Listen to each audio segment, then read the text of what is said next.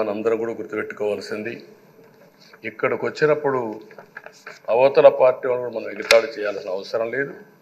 ప్రజలు పనిష్మెంట్ ఇచ్చారు. ఇదే హౌస్లో నేను చూశాను.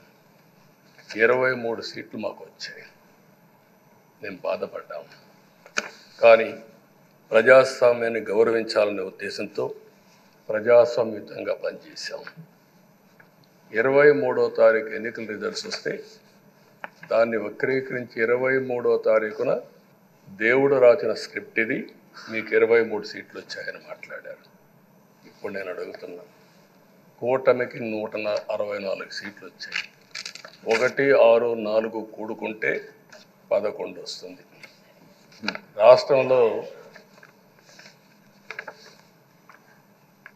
దగ్గర 1631 రోజులు అమరావతి రైతాంగం ఆడబిడ్డలు ఉద్యమం చేశారు. ఆ 4 నెంబర్లు కలుపుకుంటే 1, 6, 3, 1 కలుపుకుంటే 11 వస్తుంది. అంటే ఇది కూడా భగవంతుడి స్క్రిప్ట్ అయినా కూడా నేను మాట్లాడడం లేదు, నేను కామెంట్ చేయడం లేదు. ఈరోజు ఉంటే వాళ్ళకు కూడా అర్థమయ్యేది. వాళ్ళు ఉండకుండా పోవడం అనేది వాళ్ళ పిరికితనం తప్ప ఇంకోటి కాదని చెప్పి కూడా నేను మీకు తెలియజేస్తున్నా. అయితే నేను ఇక్కడుండే సభ్యులను కూడా మిమ్మల్ని కోరుతున్నా, మనం ప్రజా సమస్యలపైన దృష్టి పెట్టాలి తప్ప వీళ్ళ మీద కాదని చెప్పి కూడా నేను మీకు తెలియజేసుకుంటున్నాను.